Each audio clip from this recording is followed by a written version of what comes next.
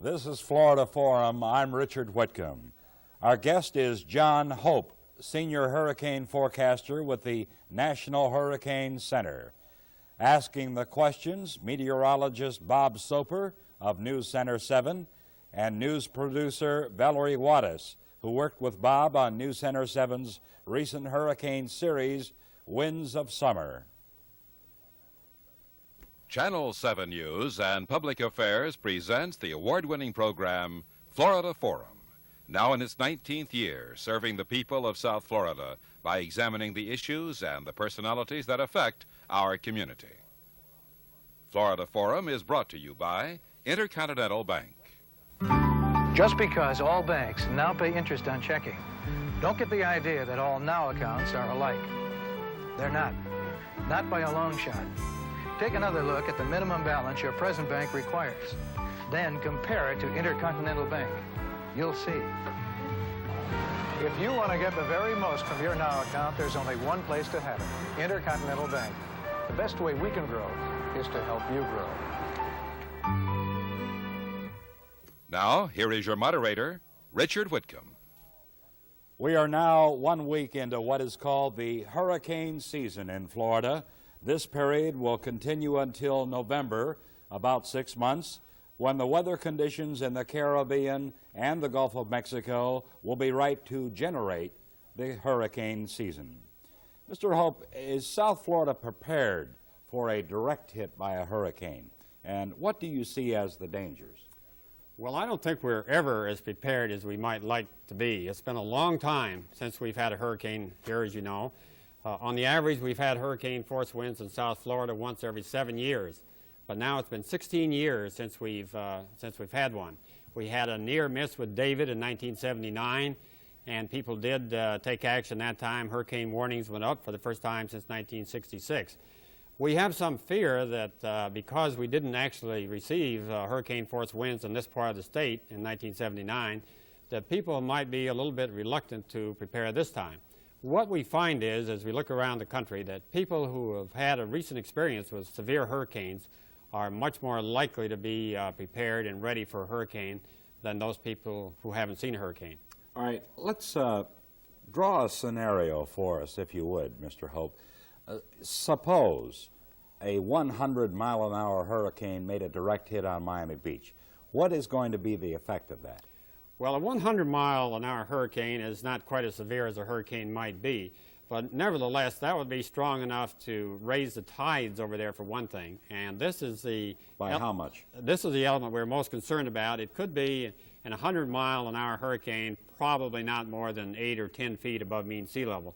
But that's enough when you consider that waves would be superimposed on top of it to inundate some areas, certainly along the ocean side of the beach, and cause a lot of damage that way. Now, 100-mile-an-hour winds, strong winds indeed, but according to the South Florida Building Code, the buildings are supposed to be stressed to withstand winds higher than that. So we think that most well-constructed buildings could stand the wind. What we fear the most, I think, is a hurricane that might even be stronger than that. If we get a, say, 120, 130 miles an hour, that would put it up into the major hurricane category, and the tides would even be higher. We could certainly have as high as 12, 13, 14 feet, something like that. And that would be enough to inundate the land areas and the offshore islands completely, places such as Miami Beach. And so all of Miami Beach could be underwater? All the ground areas certainly could be. And all of Key Biscayne? Yes, and those areas were underwater in the 1926 hurricane. You know, there are a lot of people who have come down here, Mr. Hope, who have never been in a hurricane. Our population is growing. What plan do we have to evacuate all of those people? Well, what we're talking about in the way of evacuation are, of course, people that are on the offshore islands, such as Miami Beach, and maybe people right on the waterfront. Now, of course, we have a good many hundreds of thousands of people there, and the responsibility for evacuating the people, of course, belongs to the local government, to the county governments in general, the civil defense people, and it's their responsibility. Now, we work very carefully with those people, and they pay a great deal of attention to what we say, especially when it comes to identifying areas that would be appropriate to evacuate. But they do have very detailed plans to evacuate. They know they're going to use the city buses for people who can't get to transportation. They've identified these people already, and so they pretty much know what the problem is. They did get a chance for a dry run in David, and this, even though we didn't get the hurricane force winds, this did enable them to see areas in their plans that needed to be updated. Well, did David work well? The evacuation work well? Or? It didn't work, I don't think, as well as the people hoped it might. You know, there were some difficulties, some misunderstandings. What were those? Well, some might have involved such items as when the shelters would open, what kind of facilities would be in the shelters when they got there. You have to remember that hurricane shelters that are opened by the Red Cross are not going to be very nice, comfortable places to be. And there are not going to be many facilities there, so people need to bring in food immediately. There will be food served if they stay there long enough, but for the first night or so, they might have to bring their own food. They have to have their own medicines and so on. Of course, people have problems about what to do with their pets and so on, which are not allowed in the shelters. Mm-hmm. And there was some confusion, I think, about when people should assemble to get ready to be picked up. Some came very early, even before hurricane warnings were issued. Mm-hmm. Okay, Bob? Mr. Hope, are you satisfied now with current local government plans for evacuation and dealing with hurricanes? I don't think we would ever be satisfied that the details are quite as great as we'd like to see, but we do think that they have made very great strides, and the whole operation, I think, from that aspect will run smoother the next time than it did, say, in Hurricane David. One of the problems we have, as I understand it, is I think the governor and some other people have indicated it could take as long as 23 hours to evacuate the Keys. Now, we might have to advocate people leaving the Keys earlier than your 12-hour warning period, the daylight warning of 12 hours. Where would those people go? Who would have the responsibility for them? Do you have ideas? Well, there has to be coordination in that regard between Monroe County and officials in Dade County and Palm Beach and so on. There has to be an understanding there, and I think there is. These people do talk to each other, and you know that if people come up from the Keys, that shelters will have to be open elsewhere in Dade and Broward and Palm Beach counties and even counties farther upstate. But the point that you bring out is a very interesting one, and one that does concern us a great deal. The studies that have been carried out do indeed show that we cannot evacuate the Keys in the 12 hours that we're likely to have for hurricane warning. Sometime we're going to have longer than that. Some of this, we believe, though, will be taken care of by the fact that there are a good many people who will leave before the warnings actually go up. These days, people pretty well know where the hurricane is. They see the pictures, the satellite pictures and so on their TV, and they can see this big hurricane heading their way. And we know that a lot of people who might need to evacuate are going to evacuate then. They're not going to wait till the warnings go up. Is any place really safe in the face of a severe hurricane? Well, I don't think any place is entirely safe, but we do think that in this area that the houses in which most people live will ride out a hurricane quite well. In fact, we would recommend in general that people who live in a reasonably well-constructed house, like most of our houses are, away from the waterfront, we believe that they should choose to stay in their own homes and ride out the hurricane. Now, there's certain precautions they might want to take, such as boarding up their windows and so on. Okay. Valerie? Mr. Hope, how do most people die in hurricanes? Most people who die in hurricanes are actually drowned at or near the seacoast by the tidal surge that comes in with a hurricane. Now, I think we need to emphasize that the people who are in danger from that are people who live right on or very near the ocean itself. 90% of the fatalities in this country have been people who drown by tidal flooding. Mm-hmm. In the press conference that was held a couple of weeks ago at the Hurricane Center, James Walsh, who is the acting administrator of NOAA, said that he fears the degree of apathy with people because they've gone through like Hurricane David, which was mild, yet they packed up all their things, they made the evacuation, and actually for naught, they really didn't have anything to worry about. Also with Hurricane Allen last year, the people in Texas, they evacuated. And in reality, there was damage, but not as much as the Hurricane Center had said there probably would be. Doesn't that do something to the people? Doesn't that make them think, well, why should I pack up and do it this year?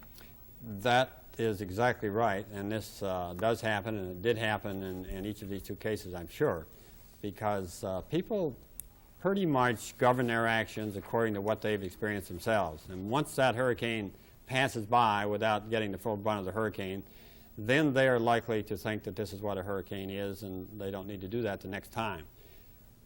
Do you think this apathy could, in reality, cause some deaths because people who are living on the coast and they just don't get out of their apartments or their condos or whatever? Certainly, it could if we got a major hurricane and people chose to remain in those right on the beach. Now, we've seen it happen other places. This has happened other places in the country. One thing about the staff at the Hurricane Center, each one of the forecasters there have had a chance after major hurricanes have struck the United States to be in those areas and help survey the damage very, very soon after the hurricane came. And this will make a believer out of one in a hurry to actually see this. Then they know what it can do. It's no longer in the realm of speculation. Mr. Hope, given the low-lying terrain that we have here, we are so much exposed to the ocean. What would you estimate the kill ratio to be of a big storm? I don't think we could come up with any reasonable figure on that, because it depends on how well people respond.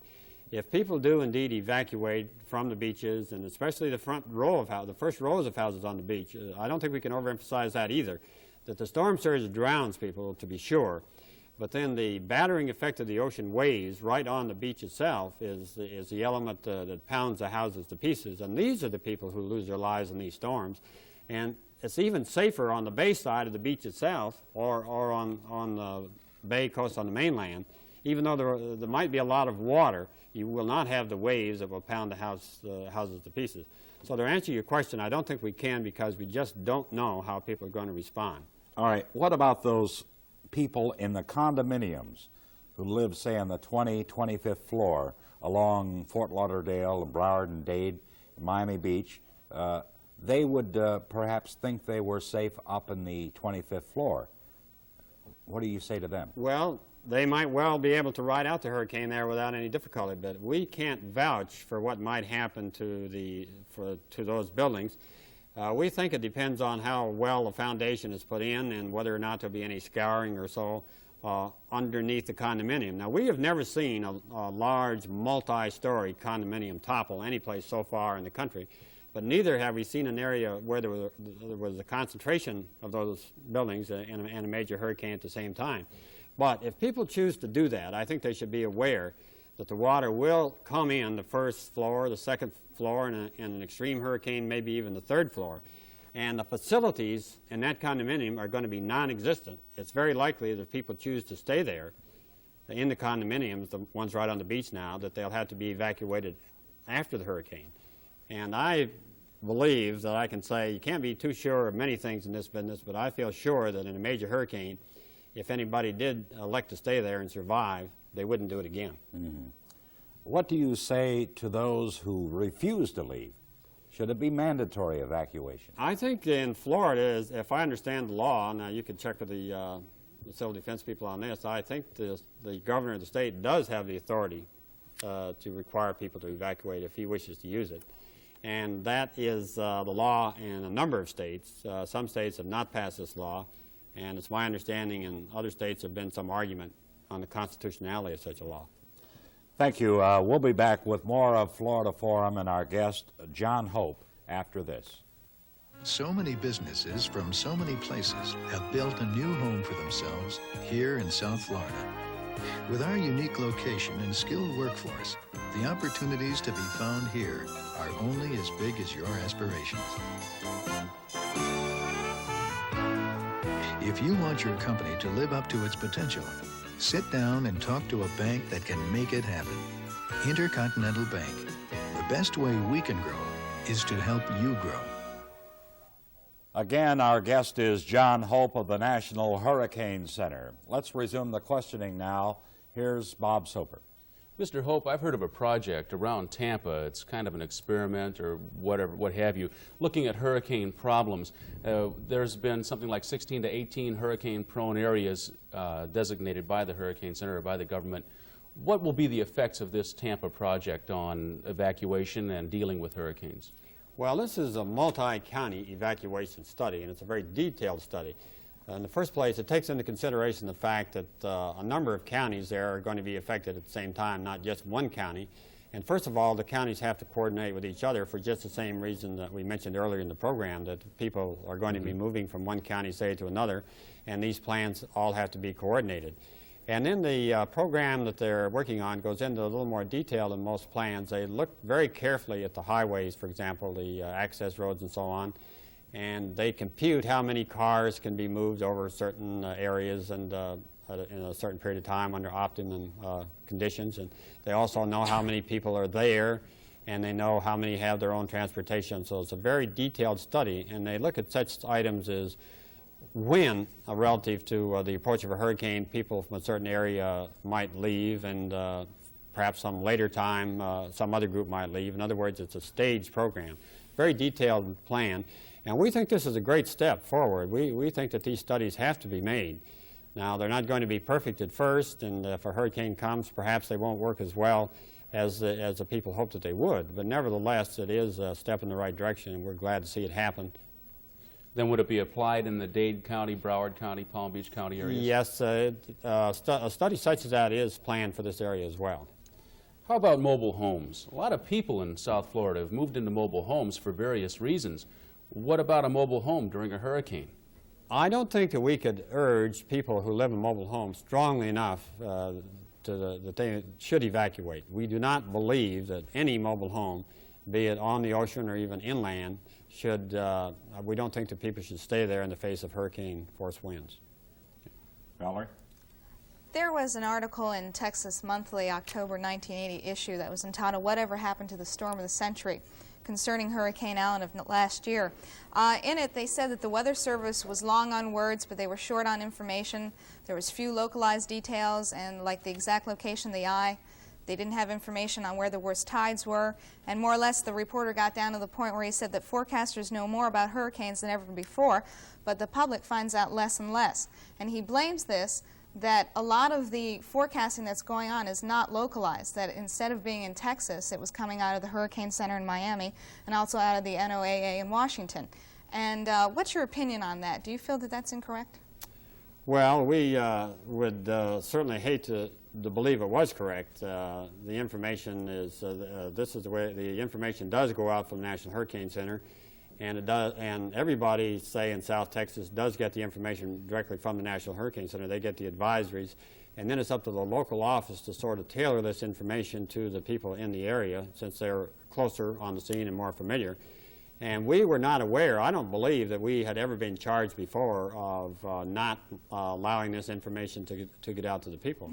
It's not that he said that you were not allowing the information, but it was by the time the computers, etc., the machinery that you had that forecast the hurricane, by the time they got all the information out, by the time it got to Dr. Neil Frank and he put it out to the Texas forecasters, that the hurricane was going so quickly that it was outdated.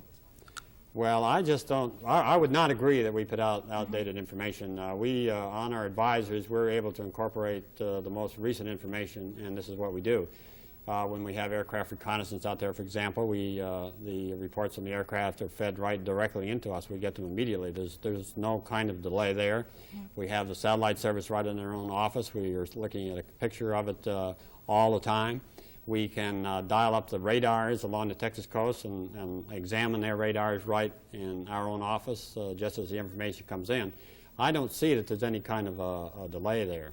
Have you ever thought, or have they ever thought, of getting a hurricane center or a branch into like the Texas area near Corpus Christi or Galveston, because there are so many hurricanes in that area? There may have been, yes, I'm sure that this has been advocated. There might be people along the Texas coast think that that's what should be done. This is a kind of an interesting history, and if we look at the history in the United States of the Hurricane Warning Service, there was a time when it was generally agreed that it should be decentralized and have a number of hurricane forecast centers along the coast. But gradually it came to pass that it was believed it was better to do it out of a central location so that they could concentrate the facilities, the computer facilities, and the hurricane forecasters and this kind of thing. Mr. Hope, how fine now is the science of predicting and forecasting the storm? Well, I wish I could tell you that we had made great improvements, but the improvements haven't been tremendous. We've been able to make 10 or 15% improvement, I think, since back about the mid-60s or so. I believe that the big improvement in the Hurricane Warning Service over recent years has been the improvement in our ability to detect the hurricane. The satellite has played a tremendous role there, we can look at the whole tropical area, new picture every 30 minutes, and we can put these pictures together and make a loop. You say 10 to 15% progress. Improvement. Improvement. That doesn't seem to be a very good track record. It isn't very much, and we would like to say that we have made more, but that's just about what the state of the art is. Well, what do you think's holding you back? Well, if I were to say anything, I think it's the kind of information we have. Now, you might think that we have all kinds of information, but over the ocean, you see, we don't really have very many weather observations. We have ships, and we send the airplane out, but he's not in all parts of the storm at the same time. So we're just sampling the atmosphere here and there, and especially over the oceans. We have a lot more information over land, where we have land stations that can send up radio sounds and all that. But this is pretty much what the state of the art is, and you might be interested to know that it's this is not only sold in the United States, but other places as well who have very advanced meteorological services. In the West Pacific, for example, they have very fine typhoon forecasting offices in such places as Japan and Tokyo and Hong Kong, and they get more storms than we do. And when we look at what they're able to do and their improvement, we find out that it's just about the same. It's very, very close to being the same. Well, do you think the government needs to be spending more money to help you out? No, I don't think that this is a problem that you can throw money at and expect any very dramatic improvement. To improve your services. Well, not our ability to forecast. I think that my opinion is, and I've been in this business a long time, that we're going to make some improvement, but it is just not going to be dramatic. And knowing that we can't do it perfectly, we think it's very important that the public and our users know that too. And we don't want to say or make anybody believe that we can do better than we can do. And so what we think that we have to do in that case is to improve the preparedness and make sure that everybody's ready. We know where the hurricanes have been in the past. We think hurricanes will be back to those same areas again. And so we just have to make sure that the public in these areas is ready to respond, that they might get a hurricane any year. But at the same time, you do not want to undermine public believability in your forecast. We can't do that, and we don't want to do that. And that's one reason of, say, for the 12-hour warning that we talk about. Because if we attempt, with the state of the art or the science being what it is today, to give much longer warnings than that, we'll be putting out warnings many times when the facts would show afterwards that it wouldn't be necessary, and this would really damage our credibility. It would be David every time in some areas, and that we can't stand. All right, Bob? How about Project Storm Fury? That's the project, as you know, that's developed to seed clouds outside the eye wall. Will that be tried this year, and do you think it could be effective in decreasing the strength of a hurricane? Well, our office doesn't handle that directly, but it's my understanding that there will be no seeding this year. And we ought to understand also that what's been done in the past and that has been experiment. It's been experimental, and some of the results look very promising. It looks as if they had been able to reduce the wind speed in some storms, and that's what they're trying to do. But I would hasten to point out that we believe that there needs to be a great deal more experimentation before we can be sure that the changes that were observed were caused by the seeding and not some fluctuation in the storm itself, because hurricanes do change a great deal of their own accord. And some of those changes might affect the beneficial aspects of hurricanes. There are beneficial aspects of hurricanes, aren't there? Well, especially rainfall and like that. Now, the Storm Fury people, their hypothesis does not take in, they don't believe that the seeding will alter such things as the rainfall pattern associated with a hurricane or even the direction in which it moves. The only thing that they're trying to do is to reduce the top winds in the hurricane by some finite amount. Does the fact that Arlene developed 3 weeks before the official beginning of hurricane season, does that have any bearing on what kind of a hurricane season we're up against this year? We don't believe that it does. We have looked back over the years and examined the years where we had early storms, and those events do not seem to correlate very well with what happens later in the season. May storms are not unprecedented. If you look at the record, we have one maybe about every 6 or 7 years in May. So they do happen before June. But when we do examine those years, we don't see some of the years that have had a lot of storms and some have not. Valerie? 6,000 people died in 1900 during the hurricane in Galveston, Texas. Since then, the death tolls have been fewer, although the hurricanes have been just as strong. Do we learn every time we have a hurricane? Do we learn something new? Yes, I'm sure we do. I think that I think the general population in the area certainly does. I think the people at the Hurricane Center do. I think we all learn each time we have one. Galveston was a case in point of a barrier island. At that time, there was no seawall there. And what happened? The hurricane came in, this very high water, and the waves demolished most of the city. Since that time, they built a high seawall there, and they've had hurricanes of equal strength there since, and very few fatalities.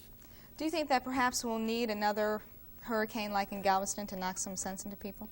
Well, I certainly hope not. I hope that we never see another hurricane like that in this country that will have that many casualties, but we do fear that the trend could be reversed. We have so many more people at risk now in the last 20 or 30 years than we ever had before. There's been a great influx of people to the beaches, and when the population of the country is increasing, say, at 10 or 15% per decade, the population of the beach subdivision increases by 40 or 50. A tremendous number of people now at risk, many, many more than there were years ago.